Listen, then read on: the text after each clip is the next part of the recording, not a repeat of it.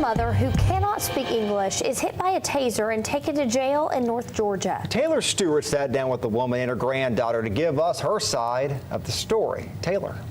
I also spoke with Chatsworth police, and everyone in this agrees that this resulted from a major communication barrier. Officers told the 87-year-old woman to drop her knife. She didn't understand their commands. Obviously, my grandma did not look violent, and I think with the 3-4 officers that were here, I think they could have controlled her in other ways. Martha Donahue says police made the wrong call, tasing, cuffing, and arresting her 87-year-old grandmother.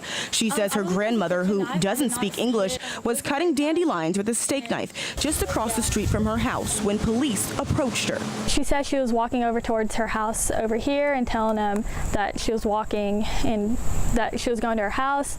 And she told me that she was shocked over here in this general area. The area with no signs and a broken fence belongs to the Boys and Girls Club. Chatsworth Police Chief Josh Eldridge says officers were responding to a 911 call about an elderly woman with a knife on the property. I immediately began running behind him. Just the nature of the call was a female with a knife down in the Boys and Girls Club was enough to elicit an immediate response. Police say they approached the elderly woman with guns drawn, commanding her to put down the knife. She didn't drop it, even after they demonstrated. At one point in time, I actually removed the knife from my pocket and, show her a knife and then throw it down and threw my knife down on the ground, trying to make her understand what we wanted her to do. Martha says her grandmother couldn't understand what police were asking her to do. The only thing the officer said was she had a knife in her hands, and we told her to drop it, and I said, well, she doesn't communicate, like she doesn't understand.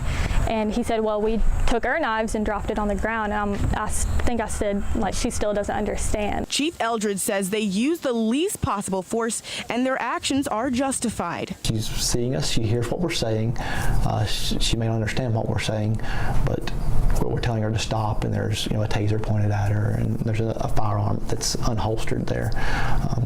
Most people, that's kind of a universal command for stop. Police say they did not call EMTs to treat the 87-year-old woman after using the stun gun. Martha says she feels like that was negligent. Josh? Taylor, thank you. The woman is charged with obstruction of an officer and criminal